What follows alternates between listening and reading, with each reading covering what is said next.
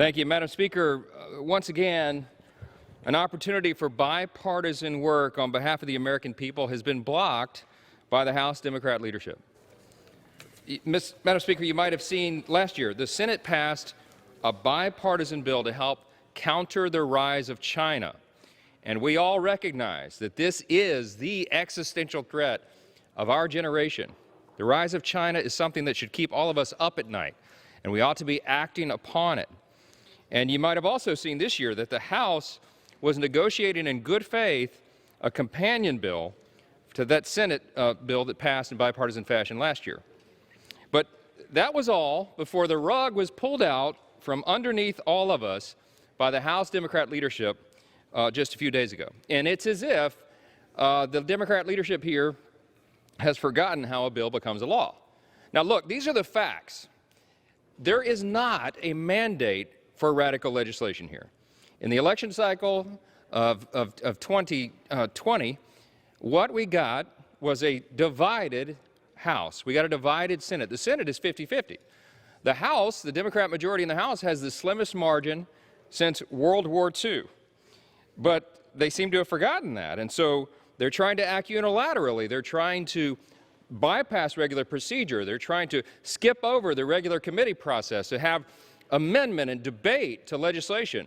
And they're defying the opportunity for Republicans to work with our colleagues to address these great crises. And so we're here to remind the American people tonight, my colleagues will be speaking over this hour, that there is a failure going on here, and there are huge consequences to that for the American people. And of course, the failures are not limited to what's happening in this chamber. It's the Biden administration itself.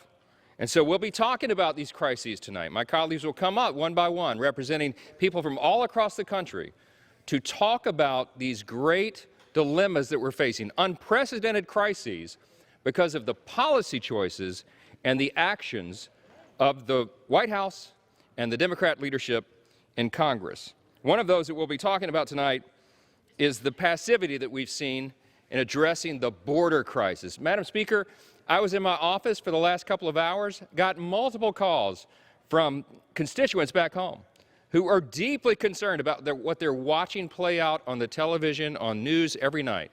They are seeing the border completely overrun. They're seeing the number of illegal crossings at the border, which has risen faster, at a faster rate under President Biden than at any time in recent history. And the result is truly catastrophic for the country.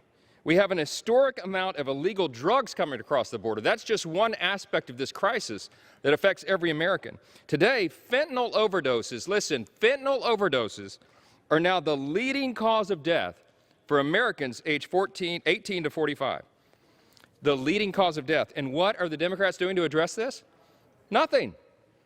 They're not allowing us to do anything about it because we can't move our legislation. And so we are here to talk about this issue, to raise the alarm, to let the American people know what it is we're facing.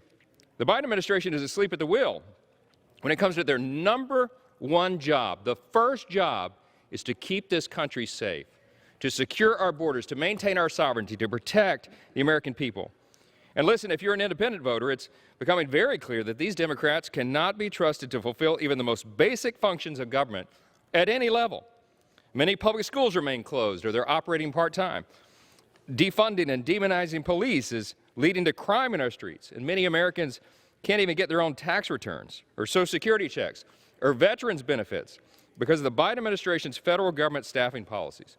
Democrats like to call themselves the party of competent government, but it is obviously clear to everyone who's paying attention that the last 12 months have shown us that unified Democrat control is just incompetent.